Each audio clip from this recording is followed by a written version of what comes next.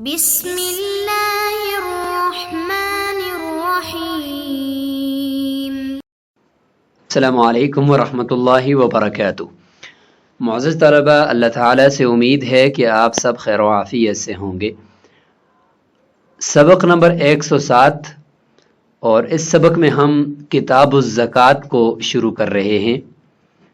کتاب الصلاۃ کی طویل بحث 106 اسباق تک وہ مکمل ہوئی، اور ابھی الحمدللہ ہم اس کتاب الزکوٰۃ تک پہنچے ہیں، اور انشاءاللہ اس کو بھی ہم خوب تفصیل کے ساتھ اور پہلے ہی طرز پر پڑھنے کی کوشش کریں گے۔ سبق میں زکوٰۃ کا مفہوم اور وجوب کی شرائط ہم پڑھیں گے، اور حصہ اول ہے انشاءاللہ، اس کا آگے حصہ دوم وغیرہ بھی آئے گا۔ تو آج ہم زکوٰۃ کا مفہوم پڑھ لیتے ہیں کہ زکوٰۃ کسے کہتے ہیں۔ تو کتاب الزکوٰۃ کو سب سے پہلے ہم یہ دیکھتے ہیں کہ کتاب الصلاۃ کے بعد لایا ہے اور کتاب الصوم سے پہلے لایا ہے۔ اس کی کیا وجہ ہے؟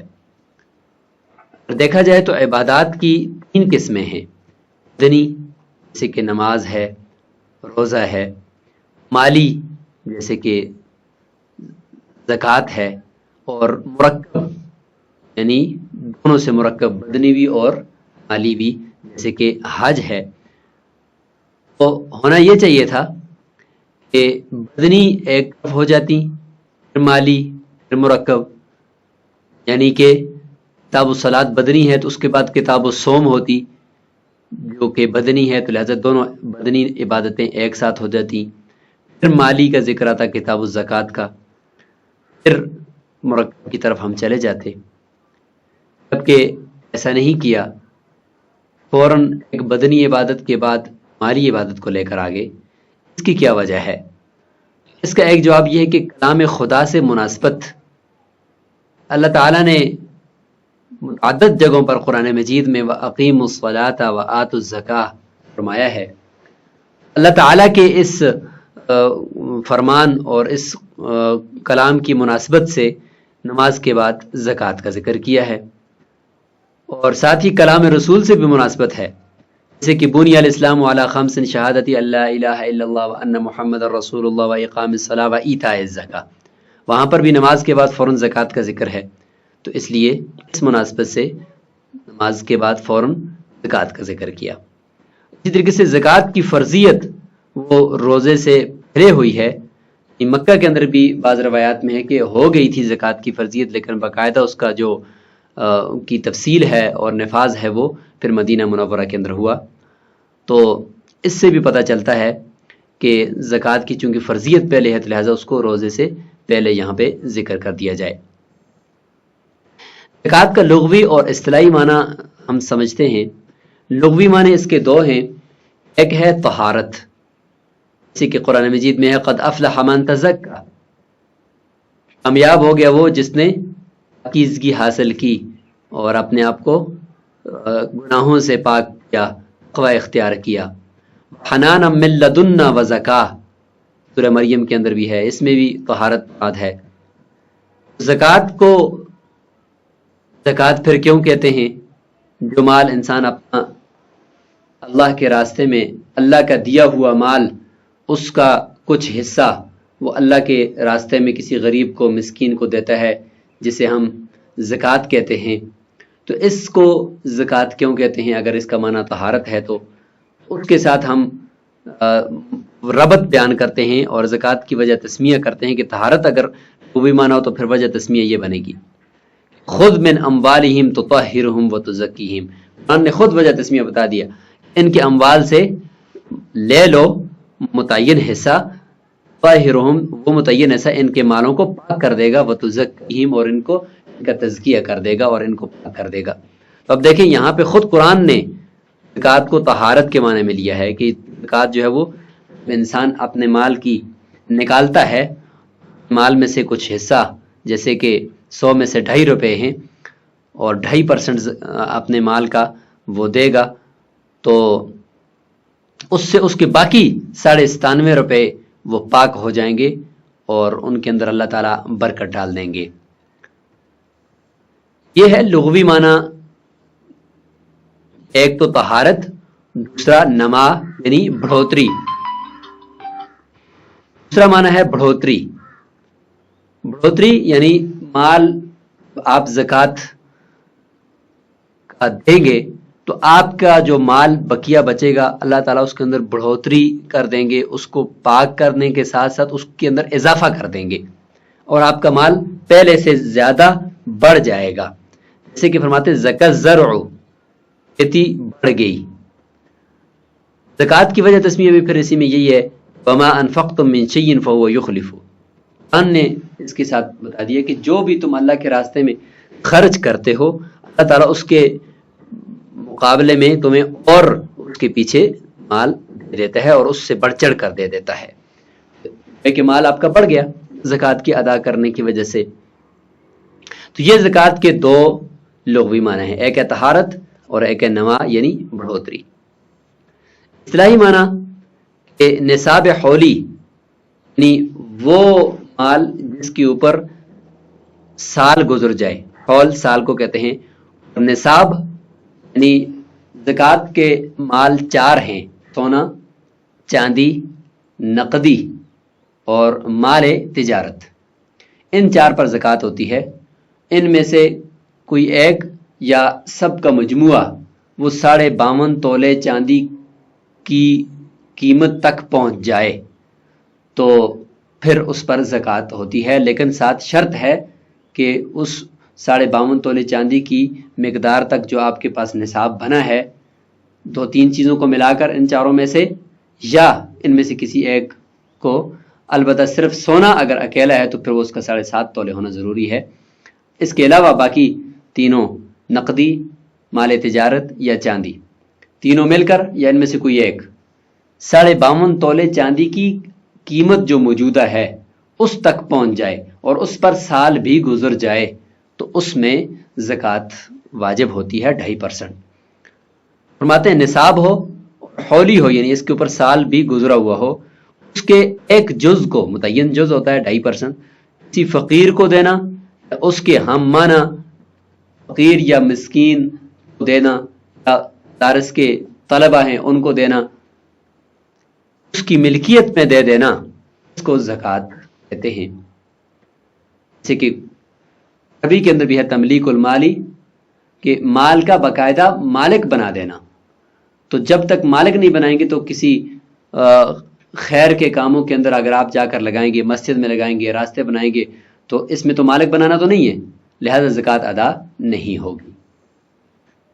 زکوٰۃ کی فرضیت کا ثبوت روایت میں ہے، حضرت ابی امامہ الباہلی رضی اللہ عنہ انہوں نے روایت کیا ہے کہ فرماتے ہیں رسول اللہ صلی اللہ علیہ وسلم اتقوا اللہ صلو خمسکم، اللہ سے ڈرو، 5 نمازیں پڑھو، صوموا شہرکم، اور اپنے یعنی رمضان کے روزے رکھو، وَأَدُّوا زَكَاةَ أَمْوَالِكُمْ، ہم اپنے اموال کی زکوٰۃ بھی دیا کرو۔ اس سے زکوٰۃ کی فرضیت کا پتہ چلا، کیونکہ واجب اور فرض عمل کے اعتبار سے تو ایک ہیں، اور زکوٰۃ بھی فرض ہے چونکہ قرآن مجید میں اس کا باقاعدہ حکم دیا گیا ہے، دلیل قطعی سے ثابت ہے، اس لیے زکوٰۃ بھی فرض ہے۔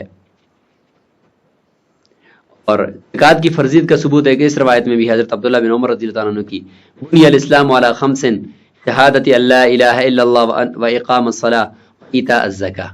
یہاں پہ دیکھیں زکوٰۃ کا ذکر نماز کے فوراً بعد ہے۔ وجوب زکوٰۃ، زکوٰۃ کیوں واجب کی گئی ہے مسلمانوں کے اموال پر، اس کی حکمتیں کچھ ہیں جو فقہا نے بھی ذکر کی ہیں۔ ان میں سب سے پہلے یہ ہے کہ بخل ختم ہو کر سخاوت کا دل میں پیدا کرنا۔ انسان زکوٰۃ ادا کرے گا، اس کے دل ظاہر ہے کہ اپنا مال نکال کر دینا ہے تو اس کے دل سے مال کی محبت اور بخل ختم ہو جائے گا اور سخاوت پیدا ہو جائے گی، یہ مقصود ہے۔ نمبر 2، اللہ تعالیٰ سے تعلق مضبوط ہو جاتا ہے، تو یہ دینا اللہ تعالیٰ کی صفت ہے۔ جب انسان دیتا ہے تو ظاہر ہے اس کا ایمان اتنا مضبوط ہے، اس کو اتنا یقین ہے کہ مجھے اس کے بدلے میں کچھ ملنے والا ہے، تو تبھی وہ دے گا۔ نمبر 3، غریبوں کے ساتھ ہمدردی کا بڑھانا۔ یہ بھی حکمت ہے کہ جو امیر ہیں ان کو تو پتہ نہیں چلتا کہ غریب کس حالت کے اندر جی رہا ہے، تو جب یہ اپنے مال کا کچھ حصہ وہ غریبوں کو دیں گے تو ان کو ہمدردی ان کے اندر پیدا ہوگی کہ غریب کے ساتھ تعاون کرنا چاہیے۔ گناہوں کی معافی اور خیر و برکت، گناہوں کی معافی ہو جاتی ہے کیونکہ اللہ تعالیٰ کے راستے کے اندر انسان خرچ کرتا ہے تو اس سے ایمان بھی بڑھتا ہے اور اللہ تعالیٰ بھی خوش ہوتے ہیں، گناہ بھی معاف کرتے ہیں، مالوں کے اندر خیر و برکت بھی دیتے ہیں۔ علاقے کے مساکین کی مدد و نصرت، یہ اس کا بنیادی مقصد ہے زکوٰۃ کا اور حکمت ہے کہ مساکین غربا ان کی مدد ہو جائے اور وہ بھی آپ کے ساتھ خوشیوں میں شریک ہو جائیں اور ان کی بھی پریشانیاں تکالیف دور ہو جائیں، تو یہ سب سے بڑا مقصد ہوتا ہے زکوٰۃ کا۔ وجوب زکوٰۃ کی شرائط کی طرف اگر ہم آئیں تو وہ یہ ہیں، سب سے پہلے ہے آزاد ہونا، یعنی کس شخص پر زکوٰۃ واجب ہوگی یعنی فرض ہوگی۔ واجب اور فرض یہاں پہ ایک ہی معنی کے اندر ہم اس کو لیں گے۔ آزاد ہونا، اگرچہ 52.5 تولے چاندی کی بقدر مال کسی پر ہے اور اس پر سال بھی گزر چکا ہے تو کیا اس کے اوپر زکوٰۃ فرض ہوگی ہر ایک پر چاہے وہ کافر ہو؟ فرماتے نہیں، شرائط ہیں۔ نمبر 1، وہ آزاد ہو، غلام پر زکوٰۃ لازم نہیں ہے۔ نمبر 2، بالغ ہو، نابالغ کے مال میں زکوٰۃ لازم نہیں ہے۔ نمبر 3، عاقل ہونا، عقل مند ہونا، جنون ہے ہمیشہ جنون کی حالت میں رہتا ہے، جنون مطبق جسے کہتے ہیں، اس کے مال میں زکوٰۃ واجب نہیں ہے۔ مسلمان ہونا، کافر کے مال میں زکوٰۃ لازم نہیں ہے۔ مقدار نصاب مالک ہونا، 52.5 تولے چاندی کی بقدر مال کا مالک ہونا، نصاب پر سال کا گزرنا، تک سال اس پر نہیں گزرے گا تو اس میں زکوٰۃ لازم نہیں ہوگی۔ ملک تام کا ہونا، ملکیت ناقص نہ ہو، جیسے کہ غلام یا مکاتب وغیرہ کی ملکیت ناقص ہوتی ہے۔ ملک تام کا مطلب اس چیز کی وہ چیز قبضے میں بھی ہو اور ساتھ ساتھ وہ اس کی ملکیت میں بھی ہو۔ تو یہ کچھ زکوٰۃ سے متعلق تفصیل تھی۔ اب ہم کتاب سے قاعدہ ہم اس کو شروع کرتے ہیں۔ کتاب الزکوٰۃ، زکوٰۃ واجبۃ، زکوٰۃ واجب ہے، علی الحر، آزاد پر، عاقل، عاقل پر، بالغ، بالغ پر، مسلم، مسلمان پر، یہ 4 شرائط یہ ہوگی۔ اذا ملک نصابا، 5ویں شرط کہ وہ نصاب کا مالک ہو، ملکن تامن، ملکیت بھی اس کی تام ہونی چاہیے، ملکیت ناقص نہ ہو۔ وحال علیہ الحول، اور اس نصاب کے اوپر سال بھی گزر چکا ہو۔ جہاں تک بات وجوب کی ہے اس سے متعلق بتائیں گے کہ وجوب یہاں پہ فرض ہی کے معنی میں ہے، کیونکہ دلیل قطعی سے زکوٰۃ کا حکم ثابت ہے، تو دلیل قطعی سے جو چیز ثابت ہوتی ہے جس میں کسی قسم کا شبہ نہ ہو وہ فرض ہوتی ہے۔ لقولہ تعالی آتوا الزکاۃ، قرآن مجید میں بارہا جگہوں پر آتوا الزکاۃ کا ذکر ہے۔ لقولہ صلی اللہ علیہ وسلم ادوا زکاۃ اموالکم، اپنے مالوں کی زکوٰۃ دیا کرو، یہ بھی امر ہے، قرآن میں بھی امر ہے، دلیل قطعی سے بھی ثابت ہے، حدیث سے بھی ثابت ہے۔ علیہ اجماع الامہ، امت کا بھی اس پر اجماع ہے۔ زکوٰۃ کا انکار کرنے والوں کے خلاف حضرت ابوبکر صدیق رضی اللہ تعالیٰ عنہ نے جہاد کا اعلان فرمایا تھا، تو اجماع امت ہے، اس سے پتہ چلا کہ زکوٰۃ سب کے نزدیک اور پوری امت کے نزدیک فرض ہے۔ المراد بالواجب فرض، واجب سے مراد یہاں پہ فرض ہے، انه لا شبہۃ فیہ، اس لیے کہ زکوٰۃ کی فرضیت میں کوئی شبہ نہیں ہے، جب شبہ نہیں ہے تو یہی فرض کی علامت ہے۔ اشتراط الحریتی، دوسری شرط، اچھا واجب ہونے کے بعد اب ذکر کرتے ہیں حر کا، آزاد پر زکوٰۃ واجب ہے، تو حریت کی شرط لگائی ہے، کیوں؟ ان کمال الملک بہا، کیونکہ ملکیت جو کامل ہوتی ہے نا وہ حریت کے ساتھ ہی ہوتی ہے، غلام کی ملکیت کامل نہیں ہوتی، اس کے ہاتھ میں جو کچھ بھی ہے وہ آقا کا ہوتا ہے۔ عقل والبلوغ، عقل اور بلوغ کی شرط لگائی ہے، ما نذکرہ، اس کو ہم اگلے متن کے اندر ذکر کریں گے۔ الاسلام، اور اسلام کی شرط لگائی کہ مسلمان کے مال میں زکوٰۃ واجب ہے، ان الزکوٰۃ عبادۃ، اس لیے کہ زکوٰۃ عبادت ہے، اور عبادت وہ غیر مسلم اس کا اہل نہیں ہے. لا تتحقق العبادۃ من الکافر، عبادت من الکافر، یہ عبادت جو ہوتی ہے وہ کافر سے متحقق اور ثابت نہیں ہو سکتی. لابد من ملک مقدار النصاب، اگلی شرط تھی نصاب کی بقدر مال کا مالک ہونا. یہ فرماتے ہیں کہ یہ ضروری ہے اور بنیادی شرط ہے. نبی صلی اللہ علیہ وسلم قدر السبب به، اس لیے کہ زکوٰۃ کا سبب ہے وہ نصاب ہی قرار دیا ہے، اسی کے ساتھ مقرر کیا ہے رسول اللہ صلی اللہ علیہ وسلم نے. جیسے کہ ابو سعید خدری رضی اللہ عنہ فرماتے ہیں کہ رسول اللہ صلی اللہ علیہ وسلم نے فرمایا لیس فیما دون خمس ذود صدقۃ من الابل، دیکھیے 5 سے کم میں جو ہے وہ زکوٰۃ نہیں ہے، 5 سے کم اونٹوں میں. تو دیکھیں یہ ایک مقدار بیان کی جا رہی، ورنہ تو مال کسی آدمی کے پاس تو اربوں میں بھی ہو سکتا ہے، کروڑ پتی بھی ہو سکتا ہے، لیکن کون سی لمٹ ہے کہ ہم یہ کہیں گے اتنی لمٹ تک مال، اگر اتنی مقدار تک مال اگر اس کے پاس آ گیا ہے اور اس پر سال گزر گیا تو اس پہ زکوٰۃ ہوگی. تو وہ مقدار تو ہونی چاہیے کچھ نا، تاکہ اس سے نیچے جو غریب لوگ ہوں ان کا پتہ چل جائے کہ ان پر زکوٰۃ نہیں ہے، ان پر ہے. ورنہ اگر کسی کے پاس 10 روپے ہیں تو کیا وہ اس کی بھی زکوٰۃ دے گا؟ تو مال تو وہ بھی ہے. تو اس لیے کوئی نہ کوئی مقدار متعین ہونی چاہیے. تو اس حدیث سے مقدار کا پتہ چلتا ہے. حدیث میں تو مختلف کچھ متعین چیزوں کا ذکر ہے، لیکن فقہاء نے اسی کے اوپر قیاس کرتے ہوئے زکوٰۃ کی مقدار دوسرے اموال کے اندر بھی متعین کی ہے. لیس فیما دون 5 اواق صدقہ ولیس فیما دون 5 اوسق صدقہ. یہاں سے دیکھیں یہ مقدار معلوم ہونے کا پتہ چلتا ہے. لابد من الحول، اور سال کا نصاب کے اوپر گزرنا بھی ضروری ہے. انہ لابد من مدت، اس لیے کہ اتنی مدت کا ہونا بھی تو ضروری ہے. یتحقق فیہا النما، اس کے اندر مال کی بڑھوتری ثابت ہو جائے. کیونکہ جو چاروں مال گنوائے ہیں زکوٰۃ کے، سونا، چاندی، نقدی اور مال تجارت، یہ مال نامی کہلاتے ہیں، بڑھنے والے مال کہلاتے ہیں.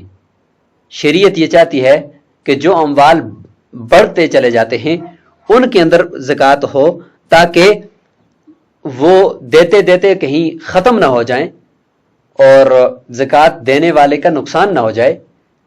مال بڑھتا جائے اور اس میں سے وہ اللہ کا حق بھی دیتا جائے اور اس کے مال میں برکت بھی آتی جائے اور مال اس کا بڑھتا جائے. تو وہ مال جو مال نامی ہو اس کے اندر زکوٰۃ لازم کی. ورنہ اپنا گھر استعمال کر رہا ہے، اپنی گاڑی ضرورت کی استعمال کر رہا ہے، اپنی ایکڑوں کے اعتبار سے زمین ہے لیکن اس کے استعمال میں ہے، اپنے 3-4 گھر ہیں لیکن استعمال میں ہیں، تو ان میں زکوٰۃ نہیں ہے. کیوں؟ مال نامی نہیں ہے، یہ بڑھنے والا مال نہیں ہے. اس لیے مال نامی ہونا ضروری ہے. تو جب مال نامی ہے تو اس کے لیے ہمیں وقت تو چاہیے نا کہ جس کے اندر وہ مال بڑھے. فرمایا سال گزرنا شرط ہے. کیوں؟ اس لیے کہ جس کے اندر مال کی بڑھوتری کا پتہ چلے اور کچھ نہ کچھ اس کے ہاتھ بھی آئے کہ وہ زکوٰۃ دے. قدرها الشرع بالحول، شریعت نے اس کو 1 سال مقرر کیا ہے. قولہ علیہ السلام لا زکاۃ فی مال، کسی بھی مال کے اندر زکوٰۃ لازم نہیں ہے حتی یحول علیہ الحول، یہاں تک کہ اس کے اوپر سال گزر جائے. ابو داؤد شریف میں یہ روایت موجود ہے کہ لیس فی مال زکاۃ حتی یحول علیہ الحول. ابن ماجہ نے بھی اس کو روایت کیا ہے، سمعت رسول اللہ صلی اللہ علیہ وسلم، حضرت عائشہ رضی اللہ عنہ سے، لا زکاۃ فی مال حتی یحول علیہ الحول لأنہ الممکن به من الاستنماء. اگلی دلیل دی جا رہی ہے کہ سال کیوں مقرر کیا آپ نے نصاب کے اوپر. فرماتے ہیں کہ اسی لیے کہ یہی سال یہ قدرت دیتا ہے اور ممکن بناتا ہے بڑھوتری کو. مال کی بڑھوتری اسی سے ہی ممکن ہوتی ہے، 1 سال کے اندر ہو جاتی ہے. کیوں؟ لاشتمالہ علی الفصول المختلفہ، کیونکہ یہ مختلف قسم کے موسموں پر مشتمل ہوتا ہے. 1 سال کے اندر 4 موسم تو ہوتے ہی ہوتے ہیں، تو لہٰذا چاروں موسموں میں کسی موسم میں اس مال کی ریٹ بڑھے گی، کسی میں کم ہوگی، کسی میں وہ مال خود اضافہ ہوگا، اس میں ترقی ہوگی، تو اس سے پھر اس کی ریٹ میں قیمت میں اضافہ ہوگا، اس کی تعداد میں اضافہ ہوگا. تو چونکہ 1 سال کے اندر یہ چاروں موسم ہوتے ہیں تو اس لیے 1 سال مقرر کر دیا. غالب تفاوت الاسعار فیہا، اور غالب یہی ہے کہ نرخوں کا تفاوت ہونا اور مختلف ہونا، کم ہونا، زیادہ ہونا، بڑھنا، یہ سال کے اندر ہی ہوتا رہتا ہے. تو لہٰذا 1 سال مقرر کر دیا. ادیر الحکم علیہ، لہٰذا اب ظاہری ایک سبب اوپر ہی حکم کا دار و مدار رکھ دیا، جیسے کہ سفر کے اندر جی ظاہری سبب پر کہ سفر ہے تو بس نماز کے اندر قصر کرے گا، اس طریقے سے شریعت نے سبب کو دیکھ کر اسی کے اوپر حکم لگا دیا. ثم قیل، اب یہ ہے کہ زکوٰۃ اگر کسی کے پاس مال نصاب کا جمع ہو گیا، اس کے اوپر سال بھی گزر گیا، اسلامی تاریخ کے اعتبار سے سال پورا بھی ہو گیا، تو ہوتے ہی فوری طور پر اسی دن زکوٰۃ دینا ضروری ہے یا کچھ تاخیر بھی کر سکتا ہے؟